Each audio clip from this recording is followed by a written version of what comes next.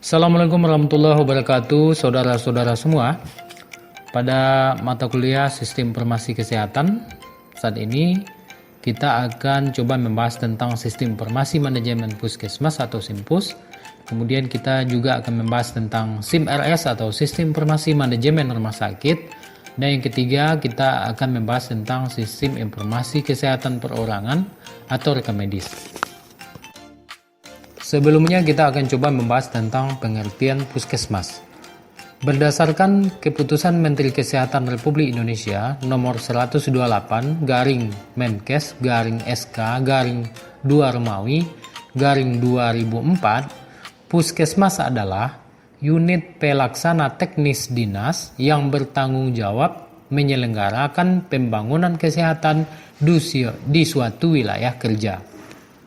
Kemudian, puskesmas adalah suatu kesatuan organisasi kesehatan fungsional yang merupakan pusat pengembangan kesehatan masyarakat dan turut membina peran serta masyarakat dan memberikan pelayanan kesehatan secara menyeluruh dan terpadu kepada masyarakat di wilayah kerjanya dalam bentuk beberapa kegiatan pokok kesehatan. Apa-apa saja kegiatan puskesmas? Jadi kegiatan puskesmas itu ada dua. Yang pertama di dalam gedung, yang kedua di luar gedung.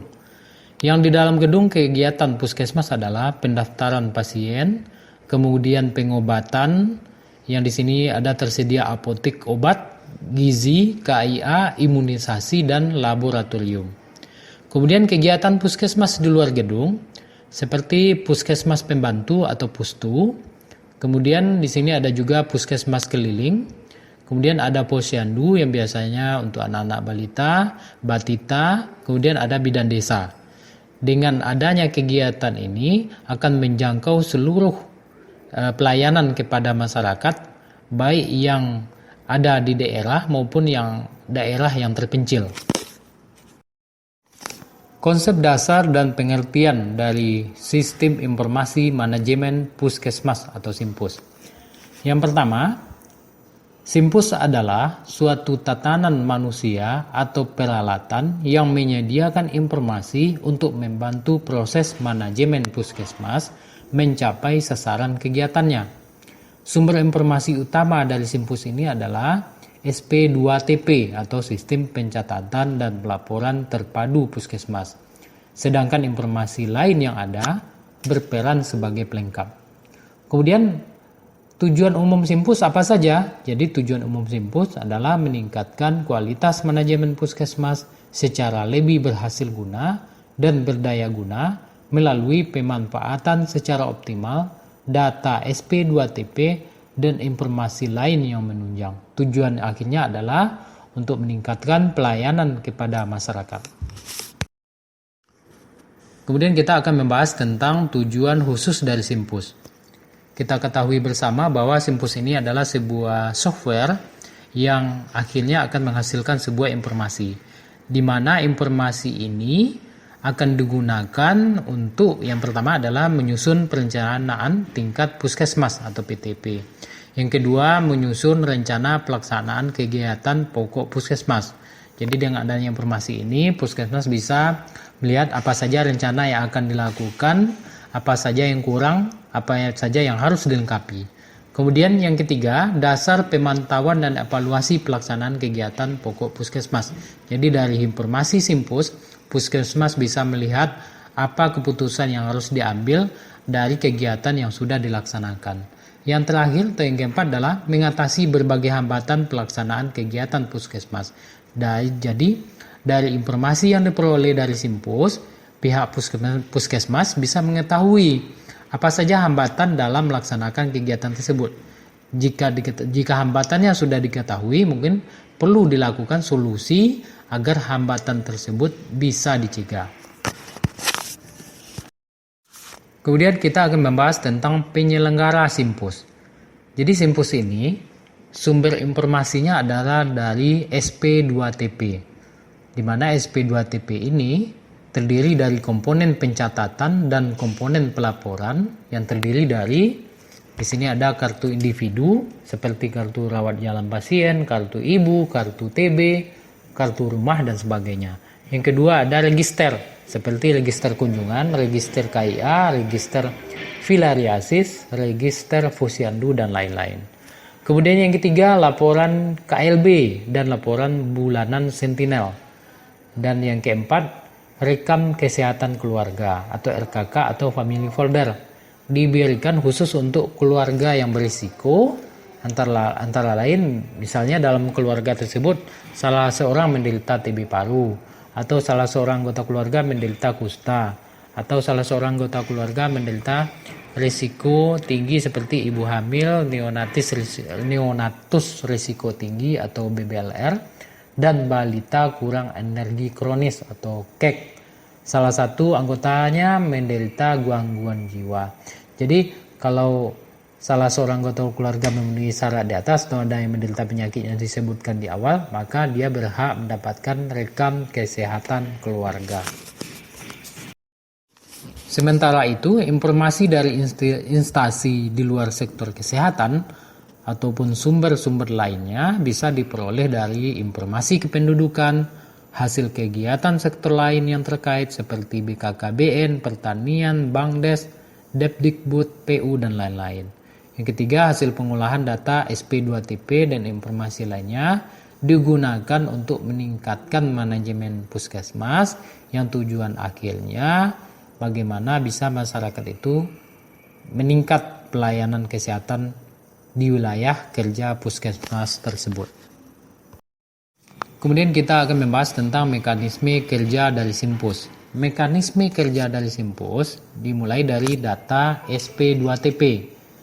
Kemudian di mana data SP2TP ini seperti di dalamnya terkandung ada program ISPA, malaria, imunisasi, kemudian kesehatan lingkungan, kemudian KIA, gizi, puskesmas, dan lain-lain.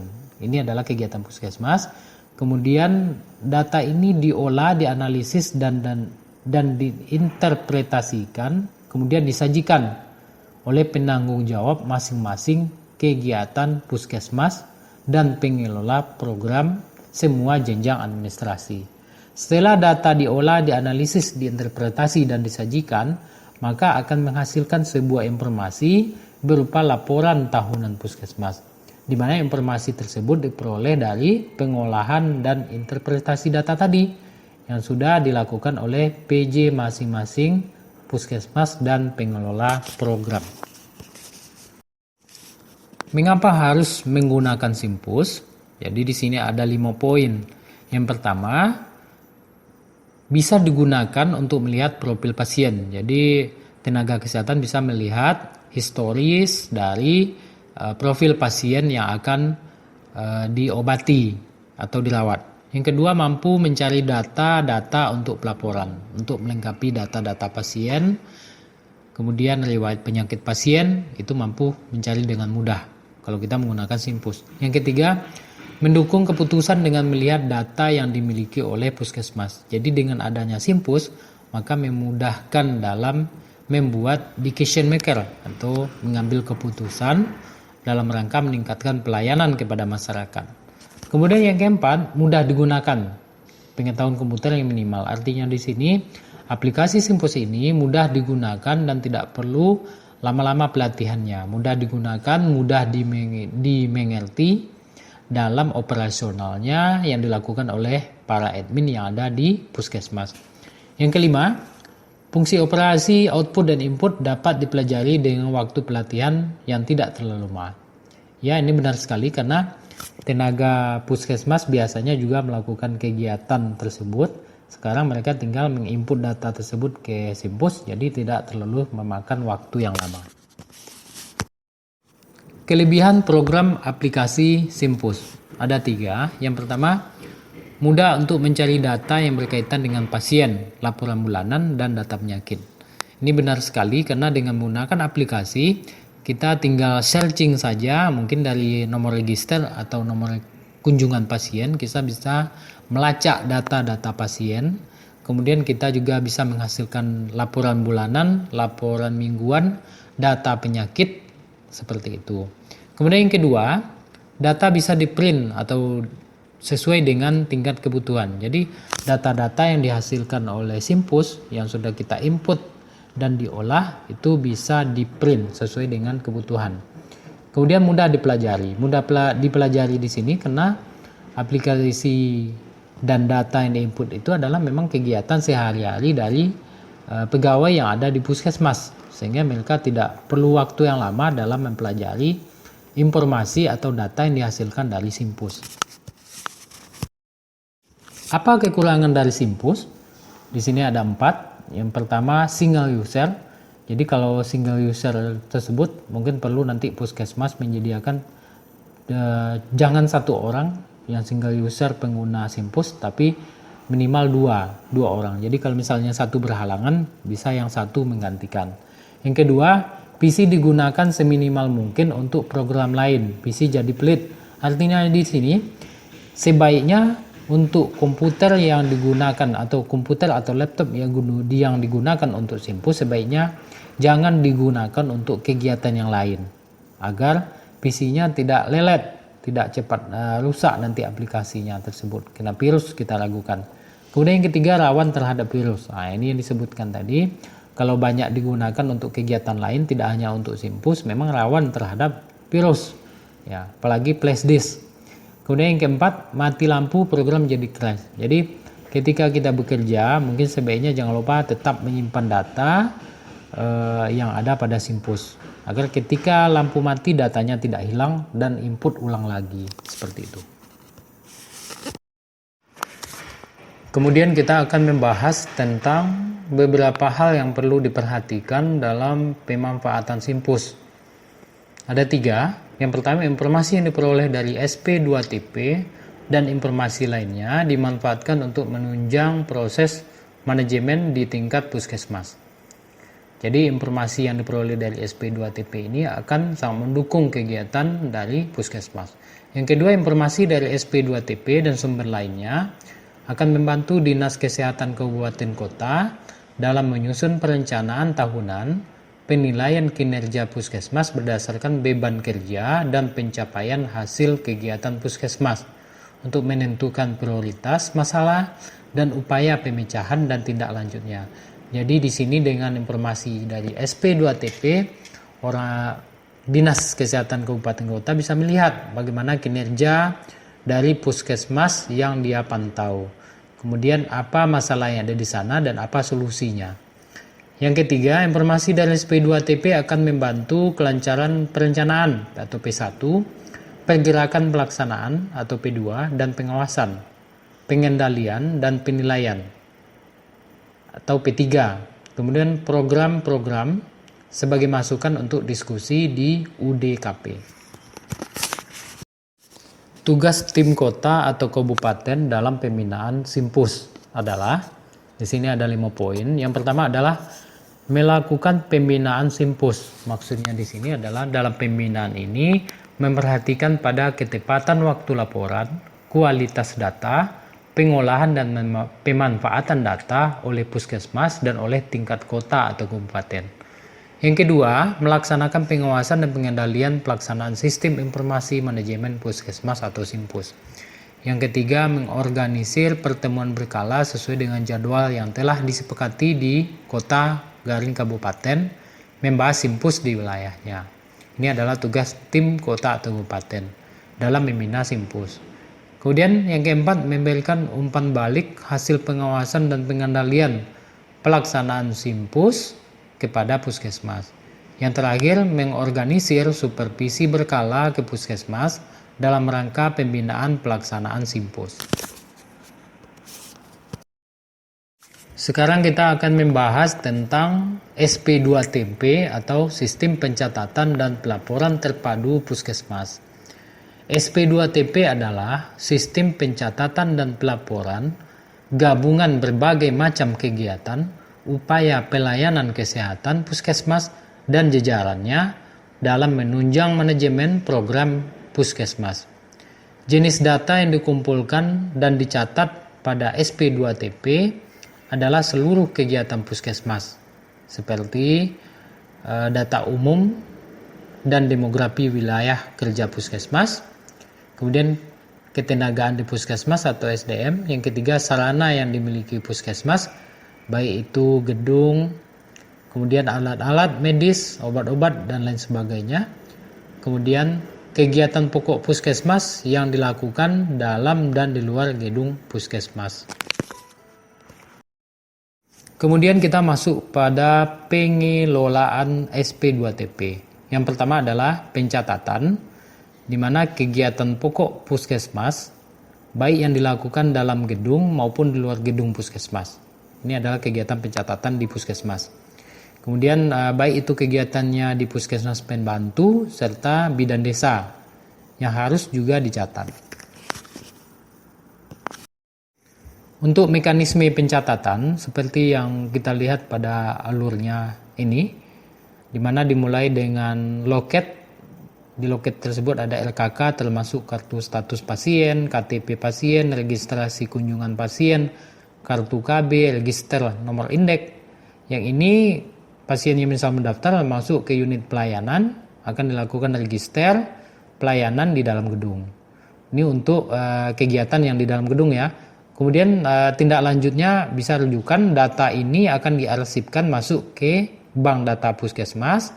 Kemudian datanya diolah dan disajikan dalam rapat, kemudian disusun laporannya.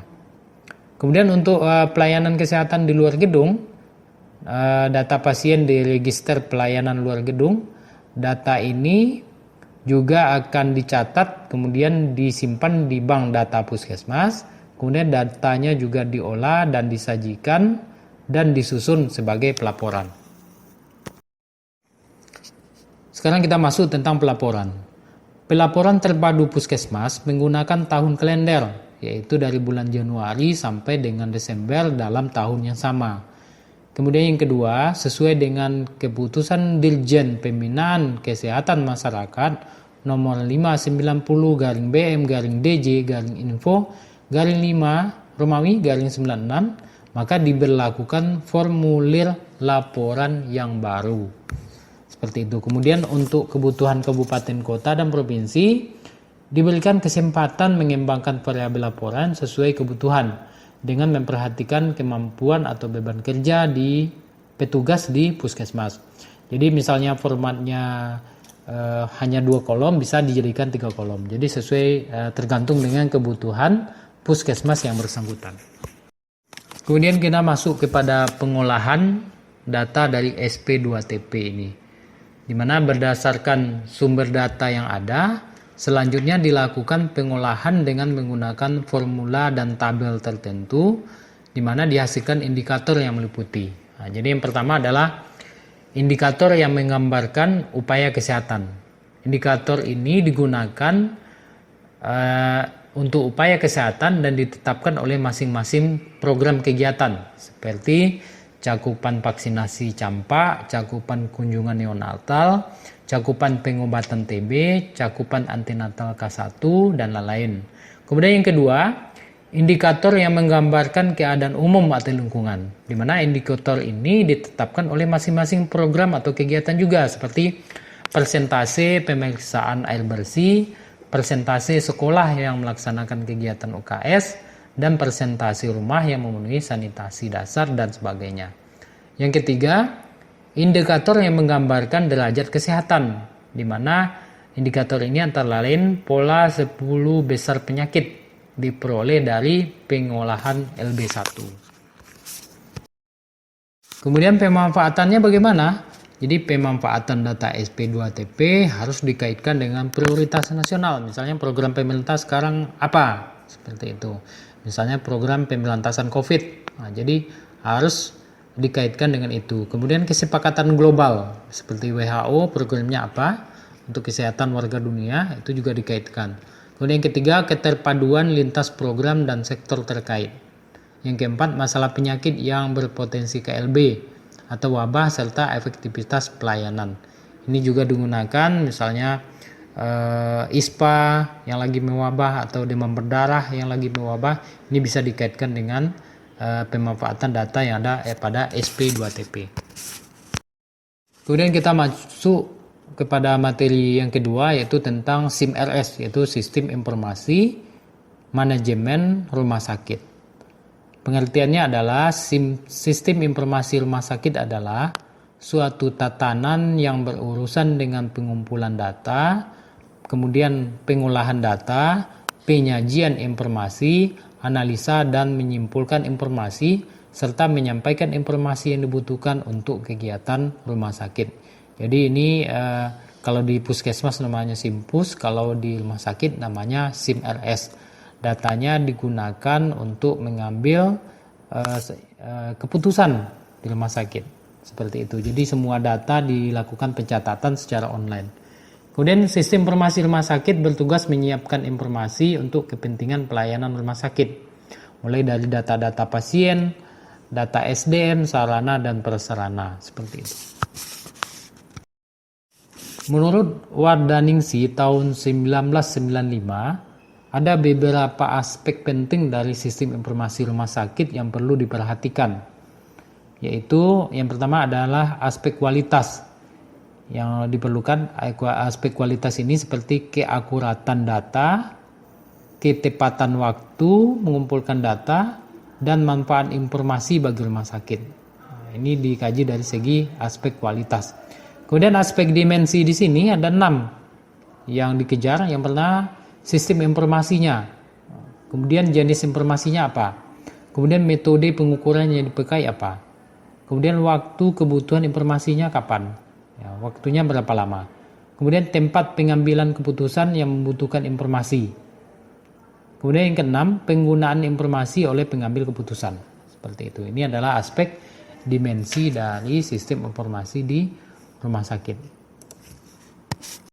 Kemudian kita masuk kepada jenis sistem informasi rumah sakit menurut Austin tahun 1983. Ada 3 di sini. Yang pertama sistem informasi klinik atau medik.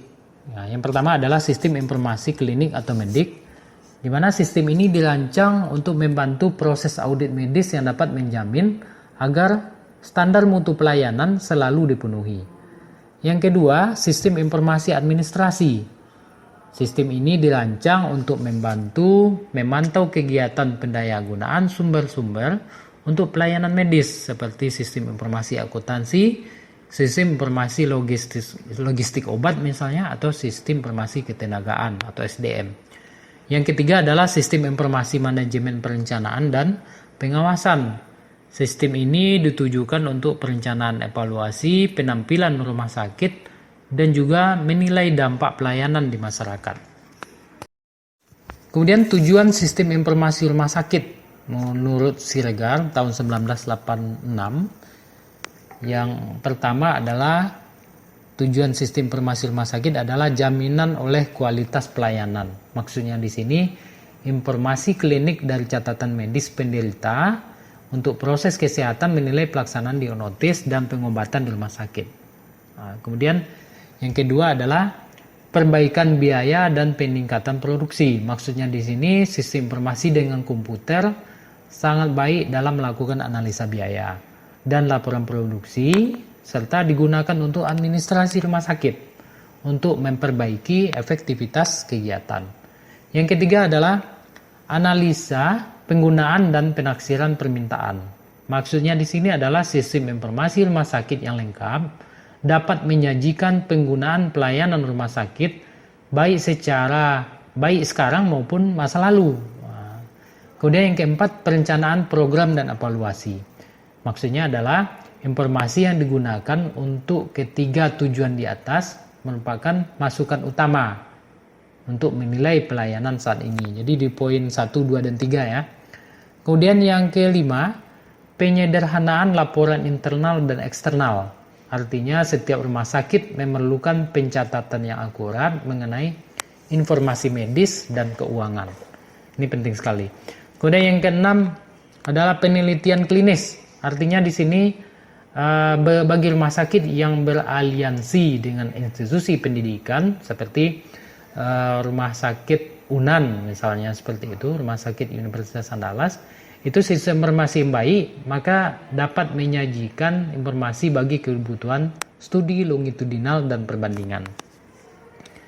Kemudian pendidikan yang ketujuh, maksudnya di sini adalah informasi yang baik, sistem informasi yang baik dapat membantu dalam penalaran. atau latihan kedokteran atau profesi kesehatan lain dengan menyajikan data medis masa lalu dan sekarang untuk kepentingan pendidikan. Jadi misalnya ada dokter yang lagi magang, dokter yang mengambil spesialis misalnya, ini sangat diperlukan sekali untuk bidang ini. Kemudian kita masuk kepada rekam medik. Rekam medik pengertiannya adalah catatan yang berisikan semua informasi tentang identitas dan riwayat seorang pasien selama menerima pelayanan medik di sebuah organisasi kesehatan dan disajikan secara kronologis sesuai dengan kejadiannya sampai dengan pemeriksaan, tindakan dan pengobatan serta diagnosa akhir. Jadi kalau rekam medik ini mulai pasien masuk rumah sakit, direkam medik bagaimana hasilnya, kemudian dilakukan tindakan misalnya seperti itu, kemudian setelah dilakukan tindakan kemudian dicek lagi sampai diagnosa akhir bagaimana hasilnya, apakah sudah baik apa yang diderita oleh pasien atau masih perlu tindak lanjut lagi dalam segi medis seperti itu.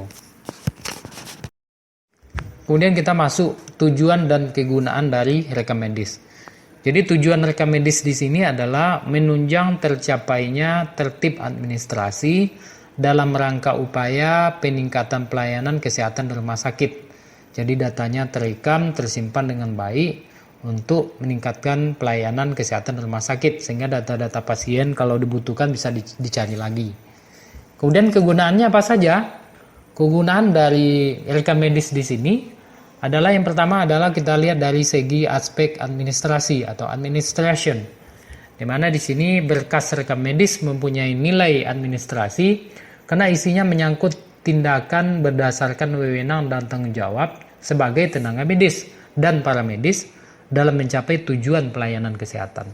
Yang kedua adalah kita kaji dari segi aspek medisnya, di mana suatu berkas rekam medis punya nilai medis karena rekam medis dipakai sebagai dasar untuk merencanakan pengobatan terhadap seorang pasien. Yang ketiga, kita lihat dari segi aspek hukumnya, legal. Suatu berkas rekam medis punya nilai hukum karena isinya mengandung jaminan hukum atas dasar keadilan dalam rangka usaha menegakkan hukum dan menyediakan tanda bukti untuk penegak keadilan kalau terjadi malpraktik misalnya seperti itu. Kemudian yang keempat, aspek keuangan atau finansial. Di sini kita lihat bahwa berkas rekam medis mempunyai nilai keuangan karena bisa dijadikan penetapan berapa biaya yang harus dibayar saat menerima pelayanan. Dari segi finansial seperti itu ya. Kemudian kita lanjut aspek penelitian atau research. Di sini suatu berkas rekam medis dapat dijadikan bahan penelitian karena di dalamnya berisi informasi data medis untuk mengembangkan ilmu kesehatan. Bagus juga. Kemudian yang ke-7 kita lihat dari aspek pendidikan. Yang ke-6 kita lihat dari aspek pendidikan atau education, di mana suatu berkas rekam medis mempunyai nilai pendidikan karena isinya disajikan secara kronologis sesuai dengan kejadiannya, mulai dari pemeriksaan, kemudian tindakan, pengobatan, dan diagnosa akhir, sehingga dapat dijadikan bahan referensi pendidikan di bidang profesi.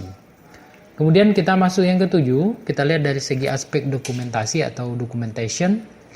Suatu berkas rekam medis mempunyai nilai dokumentasi karena isinya menjadi sumber ingatan yang harus disimpan sebagai bahan pertanggungjawaban laporan rumah sakit. Rekam medis memiliki kepentingan dan kegunaan yang luas yang secara umum dapat diuraikan sebagai berikut. Yang pertama, rekam medis ini digunakan sebagai alat komunikasi antara dokter dengan tenaga ahli lain yang ikut ambil bagian dalam pelayanan pengobatan perawatan pasien seperti itu. Jadi sangat penting sekali rekam medis ini dalam mengambil keputusan seorang dokter dan perawat.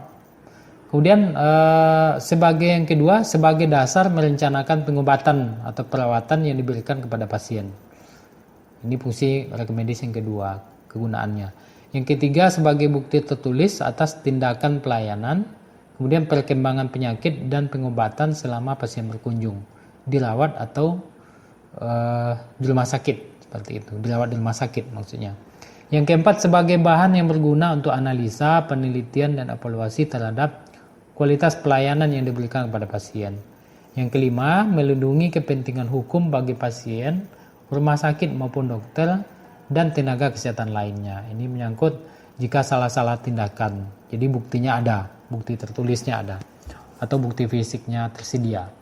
Yang keenam, menyediakan data khusus yang berguna untuk keperluan penelitian dan pendidikan. Jadi data-data rekam medis ini bisa juga digunakan sebagai penelitian dan pendidikan, sebagai referensi, dan sebagai, kalau dari segi penelitian bisa digunakan sebagai referensi dalam mengembangkan ilmu pengetahuan, seperti itu.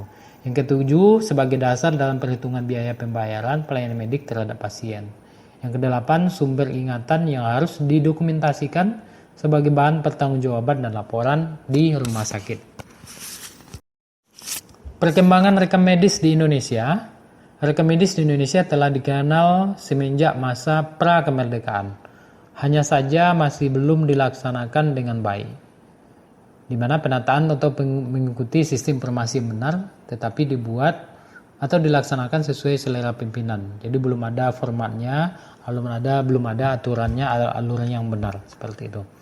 Kemudian yang kedua, berdasarkan PP nomor 10 tahun 60, di mana semua petugas kesehatan diwajibkan menyimpan rahasia kedokteran, termasuk berkas rekam medis. Nah, berarti ini sudah mulai mengarah untuk menyimpan data yang penting dan untuk data-data medis. Yang ketiga, tahun 72, pada tahun 1972, sesuai dengan SK Menkes RI nomor 034/Birhub/1972, ada kejelasan bagi rumah sakit menyangkut kewajiban untuk menyelenggarakan medical record. Kemudian yang terakhir, dengan diberlakukannya Permenkes nomor 749A tahun 89 tentang rekam medis medical record merupakan landasan hukum semua tenaga medis dan paramedis di rumah sakit yang terlibat dalam penyelenggaraan rekam medis dapat melaksanakannya sesuai dengan aturan dan pedoman yang berlaku. Demikian saudara-saudara semua untuk materi kita hari ini tentang sistem informasi manajemen puskesmas, kemudian sistem informasi manajemen rumah sakit, serta sistem informasi kesehatan perorangan atau rekam medis. Semoga materi dan pembahasan ini bisa bermanfaat, bisa saudara mengerti. Assalamualaikum warahmatullahi wabarakatuh.